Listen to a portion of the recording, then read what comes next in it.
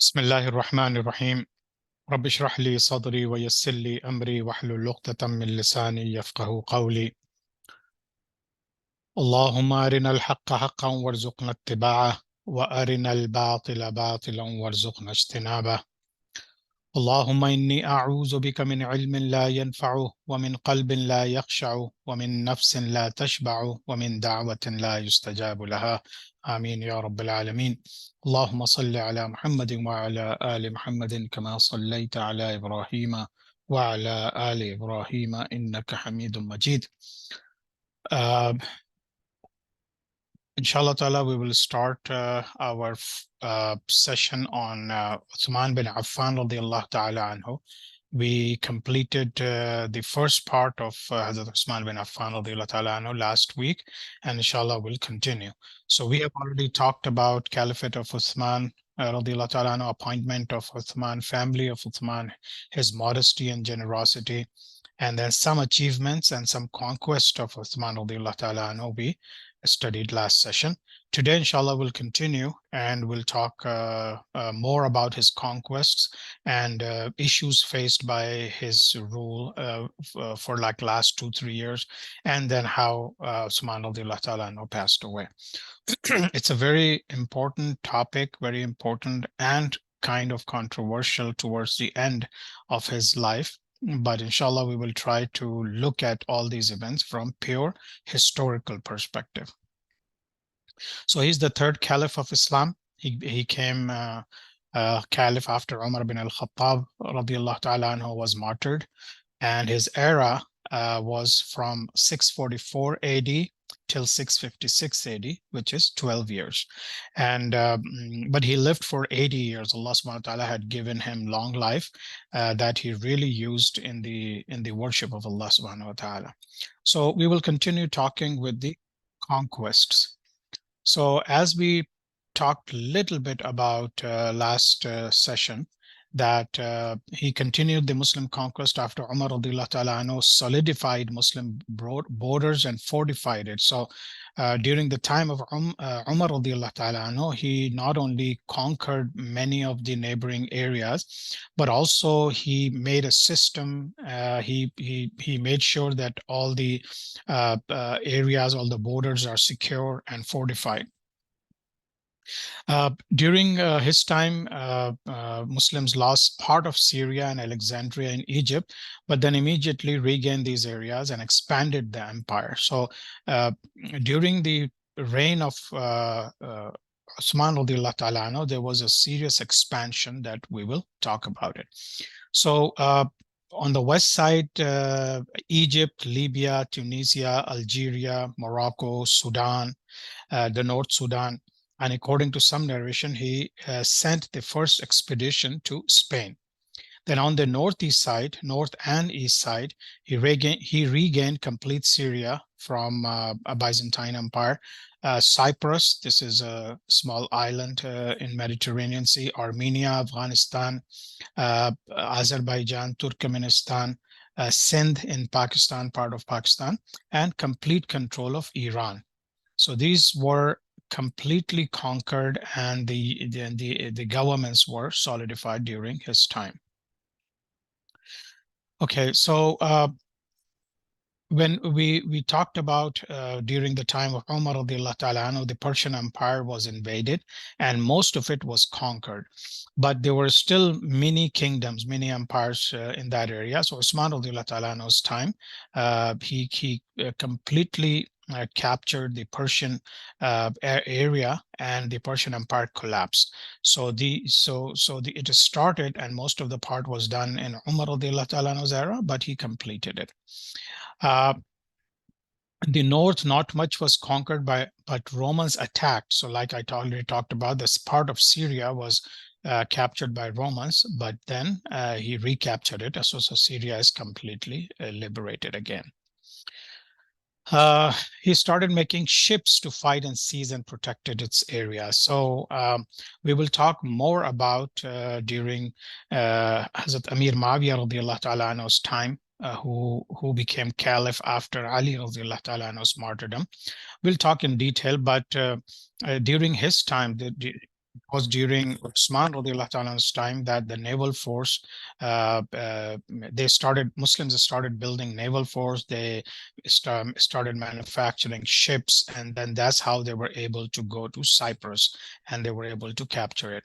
When Hazrat Amir Muawiyah, governor of radiallahu ta'ala anhu, governor of Syria at that time, appointed by Umar radiallahu ta'ala anhu, asked Umar radiallahu ta'ala anhu to invade Cyprus. He refused and said that Abu Bakr did not do that and that I will not allow to start a naval force after discussing with Amr bin al-As. But later in the time of, because situation changed, later in the time of Uthman radiallahu ta'ala anhu, initially he declined the offer, but eventually he gave permission, and that's how Muslims were able to create the naval force, and then they attacked Cyprus and they were able to completely take it under their control.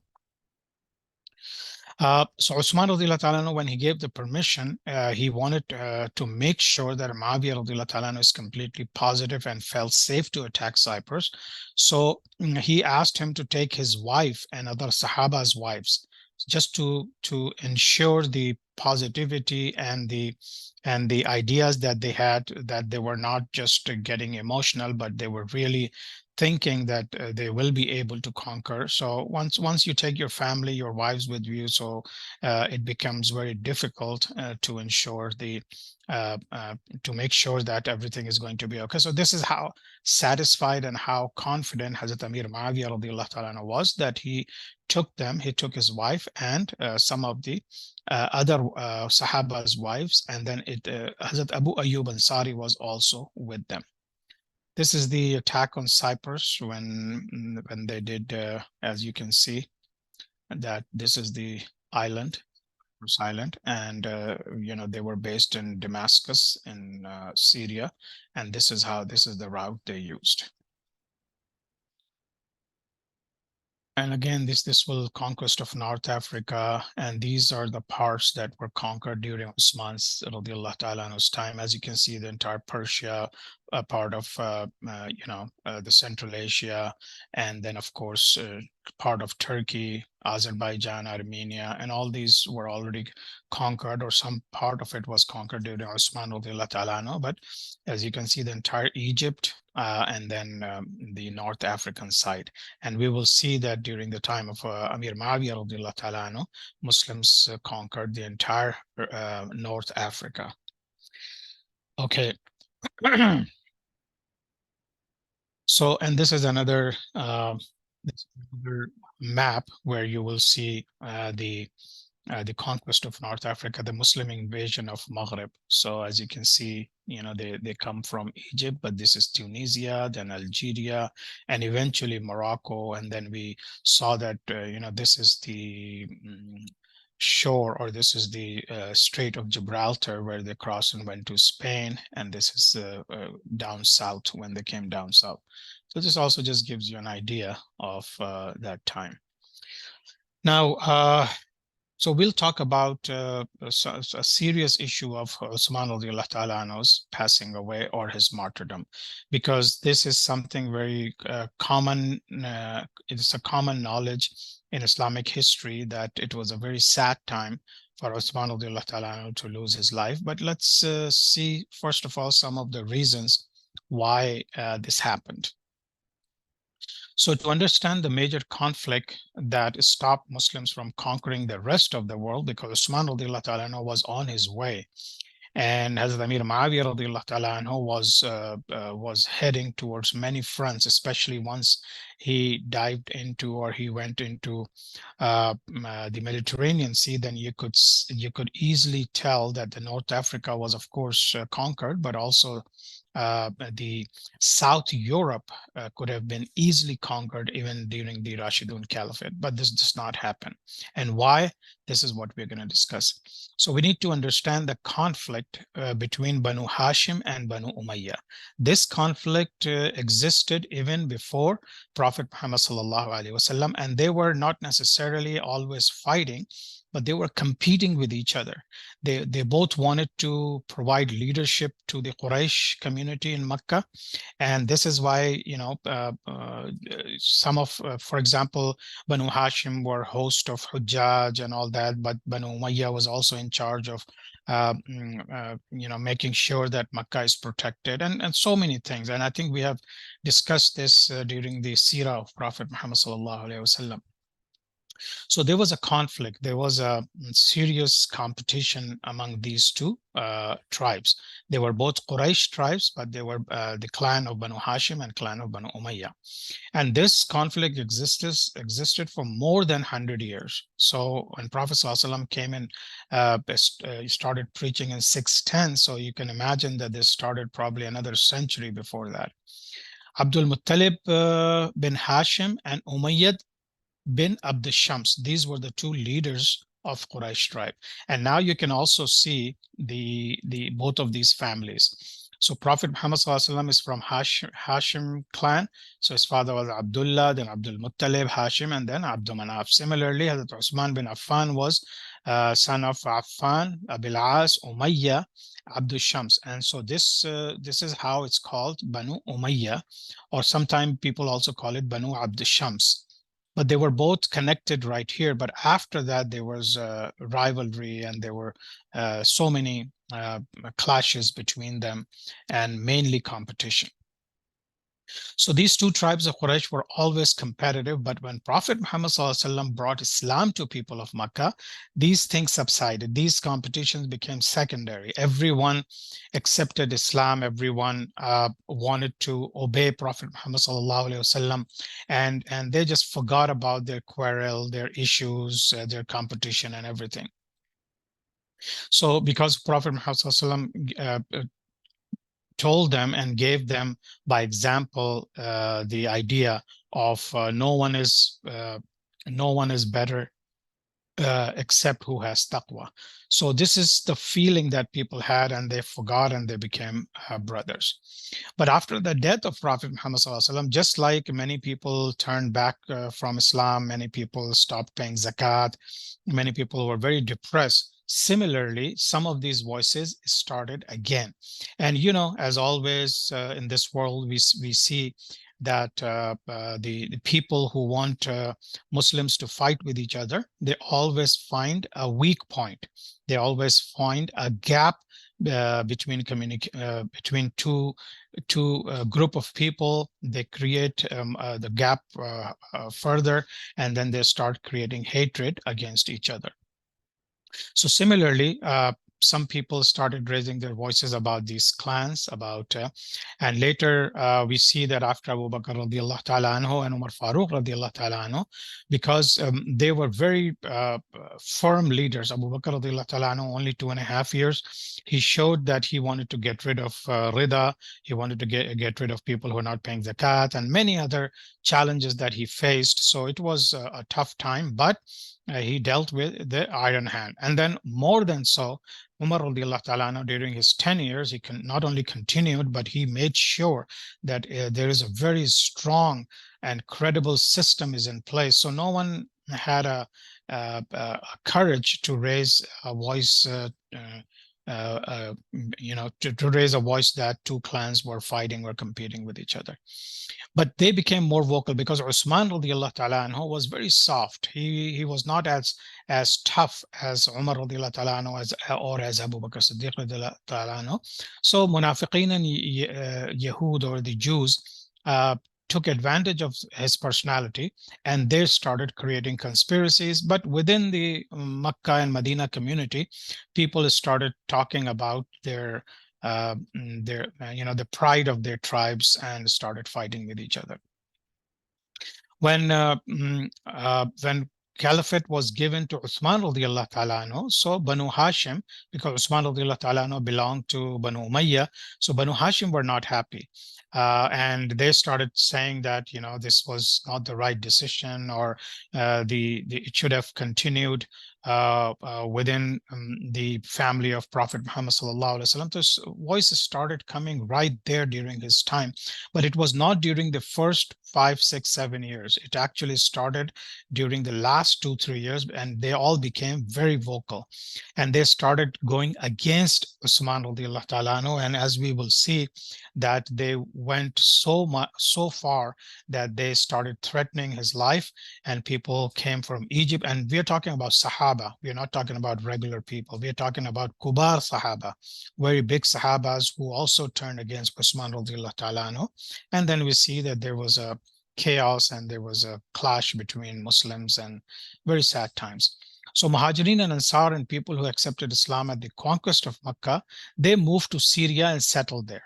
So this is another part of history, that most of Muhajirin and Ansar, when they accepted Islam, when the Mecca was conquered, so of course they wanted to live in a place where they can not only spread Islam, but they can also do business. People from Najd and Yemen. Najd is on the, you can say, eastern part of Saudi Arabia, and the Yemen is on the southern part of Saudi Arabia. And so some people also went to Iraq and settled there. So these resettlement was happening, and anyone who were not too happy, they moved out without saying anything. But some of the people wanted to convey the message of Allah subhanahu wa ta'ala that was given to them by Prophet Muhammad sallallahu alaihi wasallam. So they made hijrah for tabligh or for da'wah. So then on the other hand, when Romans and Persians got defeated by Muslims, so this, what I just talked about was within the Muslim community. Now, think about all the other enemies of Islam, that because Romans were defeated, Persians were completely defeated by Muslims, and they were shocked at that time, but they created this hate against Arabs and against Muslims. And they just could not swallow the fact that a bunch of Arabs who used to be part of like Jahiliyyah, but now they have defeated them. So they just could not accept it. So instead of facing them on the field, because they had tried to face them on the field, but they always lost. So now they started conspiring against Muslims.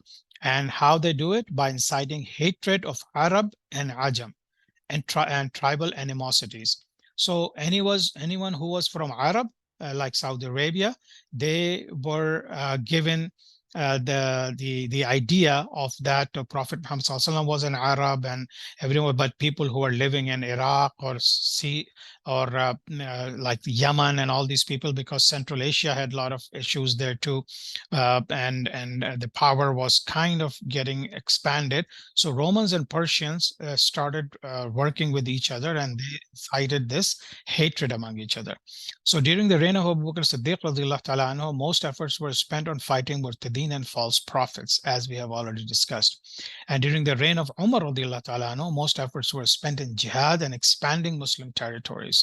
Plus, Umar radiallahu ta'ala anhu was very strict about affairs of Muslims, so he did not let any fitna surface. Yes, there were some fitnas during his time, but he just did not let it surface, and he just cut it right there, and nothing came up in the government level or in the public level. The construction and expansion of Masjid al-Nabawi was also happening during that time, when Usman radiallahu ta'ala changed the look of the masjid and made it with nice and decorative stones and material. So some Sahaba also got upset with him. So this was another reason.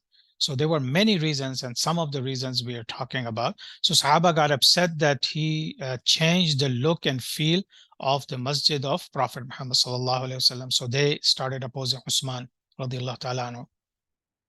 And Usman radiallahu ta'ala anhu did all this because with more people coming to Islam and moving to Medina, there was a need of solid and expanded structure of the masjid, because the existing masjid at that time was not big enough for all the Muslims to be accommodated there. So he started expanding, and he did a wonderful job of expansion because he brought some nice stones from all around the world, and he just wanted to decorate and expand the masjid of Prophet Muhammad sallallahu alaihi wasallam. He wanted to make Medina and hub of Muslims stronger, since at that time they were dealing with people of Syria, Iraq, Persia, and other eastern areas. So at the time of compiling Quran in one mushaf, if you remember, he was the one who compiled the Quran. Many people got upset and turned against him because they thought that he's changing Quran or he's destroying the copies that were made during previous Khulafa. So they just did not understand the whole concept, and they also became upset and turned against him because once he collected everything, he compiled everything in one mushaf. So he ordered the burning of all other copies of Quran, because if he had not done it, today we would have like many different versions of Quran, many recited in many different ways, or not necessarily just the qira part of it, but also the meaning and everything would have been changed. So this was a favor that he did for Muslims, but every era, not everyone understand the deep understanding of what decisions are being made. So these were all the reasons. So then there was another Sahabi, Abu Dhar Ghafari radiallahu ta'ala anhu, many complaints against Uthman radiallahu ta'ala anhu. So one of the complaints, when Abu Dhar Ghafari radiallahu ta'ala anhu accepted Islam very early. So he lived between Makkah and Medina. There is a place called Ghifar. So he came to Makkah, accepted Islam, and went back to preach Islam in his tribe. Then in around 6 to 7 Hijri, he moved to Medina and then took part in Ghazwat Tabuk. So he was very close to Prophet ﷺ, but he was very tough and very opinionated, and he just did not, he was very firm, but also more than firm, he was harsh. He was harsh to an extent that many other Muslims were feeling uncomfortable when he was telling them about how to live on Islam. So there was no balance in his teaching. He was just strictly following what Prophet Muhammad ﷺ said, but also took it to another level. Then he lived in Syria. So people complained about his strictness and harshness. So Usman radiallahu ta'ala anhu asked him to move back to Medina because people complaining in Syria and Iraq. So he asked Abu Dhar Ghafari to move back to Medina. Then even in Medina, he received a lot of complaints. And then Usman Ghani radiallahu ta'ala anhu asked him to leave Medina. So people accuse Usman radiallahu ta'ala anhu of mistreating him, even though this was part of hikmah. This was his hikmah, that he did not want to have a lot of Muslims deviate from their religion just because of someone's harshness and strictness. So this was another reason that many people turned against Usman radiallahu ta'ala anhu. So then we see that during the reign of Uthman, Kufa in Iraq was the center of fitna and conspiracies. These were the areas where we saw, and we have talked about, that some people, some munafiqeen, they showed that they were Muslims, but they started creating fitna among these two tribes. But also in Kufa in Iraq, it became the hub of all those people. People of Kufa first became against Sa'ad bin Abi Waqqas, then Walid bin Uqba. So they started deviating from the teachings of major Sahaba. When Uthman radiallahu ta'ala sent a letter to them to respect Sahaba and do not go against them, and they did not listen, but they also became enemies of Uthman radiallahu ta'ala. In the meantime, another fitna of Abdullah bin Sabah started. We all know that he started a movement against Usman radiallahu ta'ala, and what he used was that he considered and preached that Ali radiallahu ta'ala was supposed to get Khilafat, but Uthman radiallahu ta'ala took it by force, or other people helped him, and they snatched Khilafah out of him. So we should be against Uthman radiallahu ta'ala. Now this by itself became another fitna, even though Ali radiallahu ta'ala himself never said that, and he always supported the governments of Abu Bakr Siddiq, Umar Farooq, and now Uthman radiallahu ta'ala anhum ajma'in. But the people who wanted to create fitna, they started spreading all these kinds of things. And we know that Abdullah bin Sabah was originally a Jew and he resided in Sana'a, Yemen, but he accepted Islam, and it was so-called Islam because he was a munafiq, but he wanted to hurt Islam and he wanted to hurt the unity of Muslims because some reports say that he also was in communication with the people of Byzantine Empire and people of Persian people who had lost to Muslims, and they were still against Muslims. So he first moved to Basra, Iraq, and started spreading this fitna. Then he moved to Kufa, Iraq, because he knew that most of the people he could deviate from the Sarat al-Mustaqim are people in there propagating the same agenda. He was evicted from these two cities, so he moved to Syria. Muawiyah radiallahu ta'ala anhu evicted him from Syria, so he moved to Egypt. He kept his communication with people in Iraq and Syria and the Roman Empire, and of course the Persians. Another Sahabi, Abu al-Ghafari, was also against Usman radiallahu ta'ala anhu, so he was against the political views and appointment of dismissal of Usman. So all the weaknesses that people felt during Usman radiallahu ta'ala anhu's era, they started putting fire under it and they started spreading it. So now, if you think about it, there were so many things. There were not just one thing that went against Usman radiallahu ta'ala anhu, but many, many different things. And people used his humbleness and his softness against him.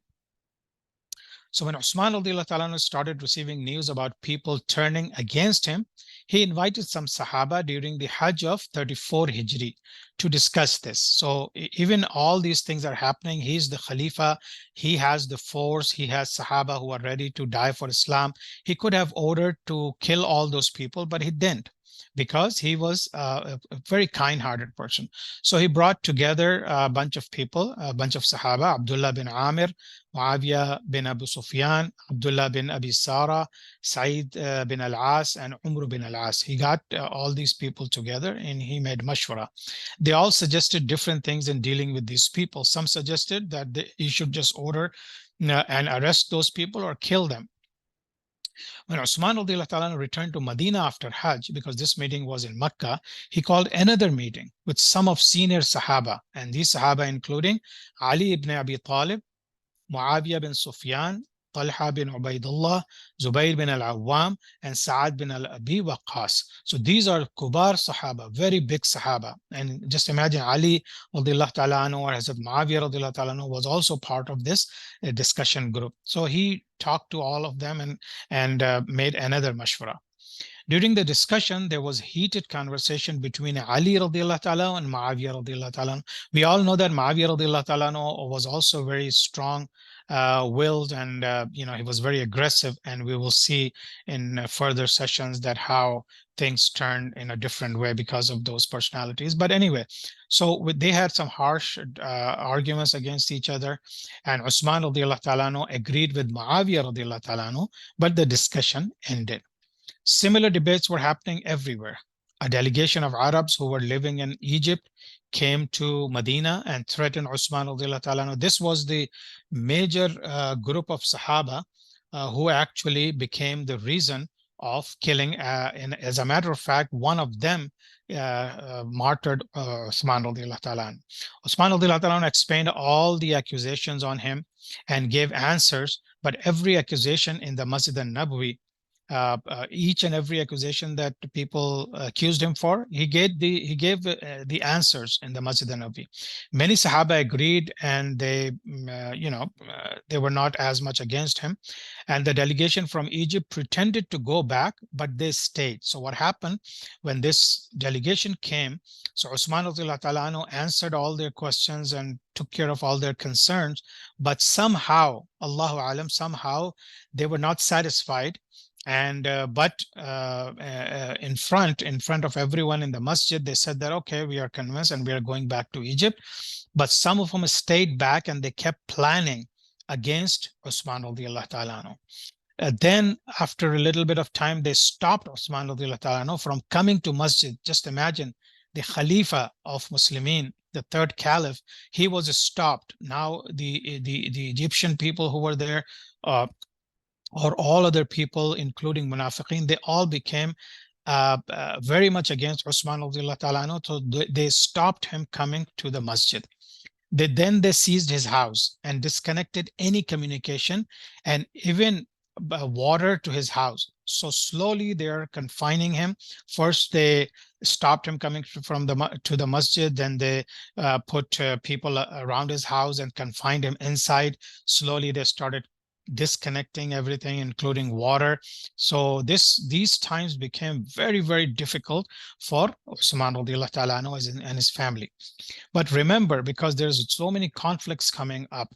So Ali radiallahu ta'ala anhu, he was 100% with Usman radiallahu ta'ala anhu. So he did not side with the people of Egypt or other people who were against Usman radiallahu ta'ala anhu, even though they were using Ali radiallahu ta'ala anhu's name, that he should have been given Khilafah, but Ali himself radiallahu ta'ala anhu, and both of his sons, Hassan radiallahu ta'ala anhu and Hussein radiallahu ta'ala anhu, they were both with Uthman because he was the Khalifa.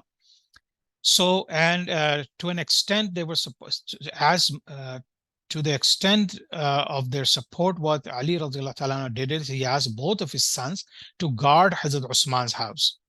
But these people came inside Usman's house by jumping from the back wall.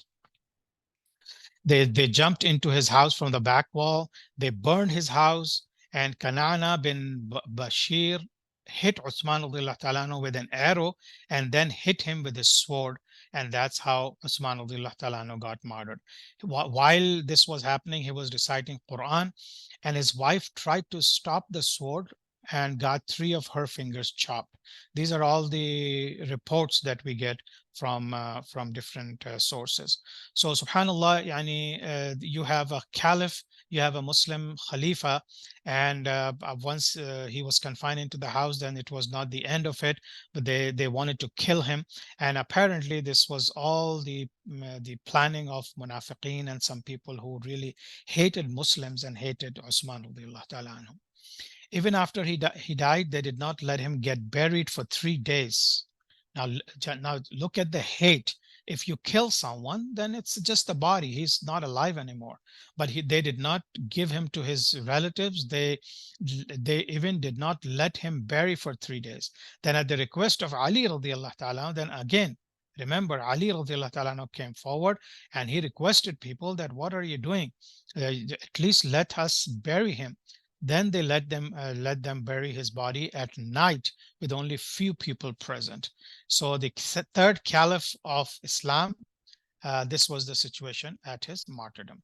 He was assassinated on 17th June of 26 Dhul Hijjah, 18th Hijri, which is 656 AD. He is buried in Jannatul Baqi, Madinatul Munawwara. This is a picture of his grave in Jannatul Baqi. You know, Jannatul Baqi is a graveyard that is very close to the Masjid of Prophet Sallallahu Alaihi Wasallam. So this is the grave. This is still in this shape, of course, because Muslims are not allowed to make, big monuments or on the graves. So this is the picture of Hazrat Usman Ghani radiallahu ta'ala anhu's grave. So inshallah, so we have covered Usman radiallahu ta'ala anhu. Next week, we will start talking about Hazrat Ali radiallahu ta'ala anhu. Now remember, we studied the seerah of Prophet Muhammad sallallahu alaihi wasallam. Then we studied the time of first caliph, second caliph. We have completed the third caliph. Now we come to an era where these things that was not put to rest. There were more chaos. There were civil wars. There is going to be some very not only controversial but sad times during the era of Hazrat Ali radiallahu ta'ala anhu, when a couple of wars took place where thousands and thousands of Sahaba were martyred because both sides were Sahaba. And I will talk about them in detail, inshallah, next session. And I'm referring to the Jang-e-Jamal, the war of the Battle of Jamal, and the Battle of there's Siffin, Battle of Jamal and Battle of Siffin, inshallah. So until then, inshallah, we'll meet again. Please make dua for each other. Please make dua for our understanding of Islam. of Quran, of teaching of Prophet Muhammad sallallahu alaihi wasallam. So we as a Muslim are not divided. Today we are studying this history not to further divide ourselves, but to inshallah come closer as more than ever, because this is the time we are living in, a time where all other our enemies are trying to disunite us. And some of the stuff that I mentioned in today's class, they are using these reasons to keep dividing us. So may Allah protect us from the planning of these evil people. سبحانك اللهم وبحمدك نشهد أن لا إله إلا أنت نستغفرك ونتوب إليك. السلام عليكم ورحمة الله وبركاته.